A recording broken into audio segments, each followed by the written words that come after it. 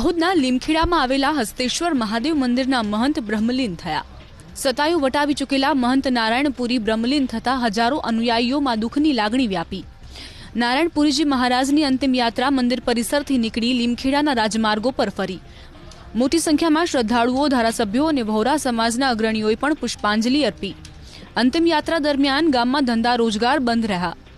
કોરોનાની મહામારીમાં તમામ લોકો માસ્કમાં જોવા મળ્યા, સાથે પોલીસનો ચુસ્ત બંદોબસ્ત જોવા મળ્યો।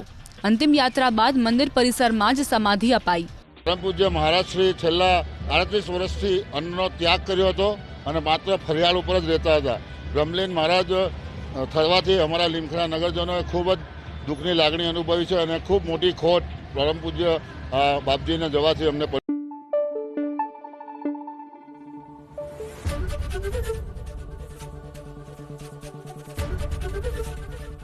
એબીપી અસ્મિતા, ગુજરાતની અસ્મિતા।